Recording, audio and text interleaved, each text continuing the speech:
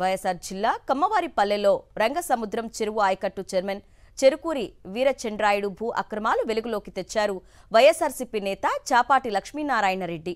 ఆధారాలతో సహా బద్వేల్ ఆర్డీఓ చంద్రమోహన్కు వినతిపత్రం అందజేశారు. గతంలో టీడీపీ అధికారంలో ఉన్న సమయంలో అధికారాన్ని అడ్డుపెట్టుకుని 100 కోట్లు విలువ చేసే భూములను చెరుకూరి వీరచంద్రాయుడు ఆక్రమించుకున్నాడని ఆగ్రహం వ్యక్తం చేశారు. అధికారులను బెదిరించి రికార్డులను తారుమారు చేసి ప్రభుత్వ భూములను కొట్టేశారని చెప్పారు. ఈ భూములను అధికారులు స్వాధీనం చేసుకుంటే 500 కోట్ల రూపాయల విలువ చేసే మరో భూ కుంభకోణాన్ని బయట పెడతానన్నారు చాపాటి లక్ష్మీనారాయణ రెడ్డి. వారి కుంభకోణం అని చెప్పేసి ఈ నడమన వస్తున్నది. దాని గురించి పూర్తి వివరాలతో ఆర్డీఓ గారిని కలవడం జరిగింది.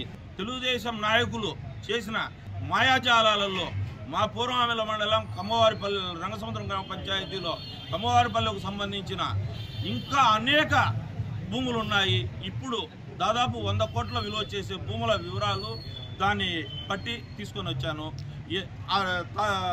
ఆర్డీఓ గారికి సమర్పించడం జరిగింది. గవర్నమెంట్ వారు ఎస్సీ ఎస్టీ బీసీలకు పట్టాలుగా ఇచ్చినారు.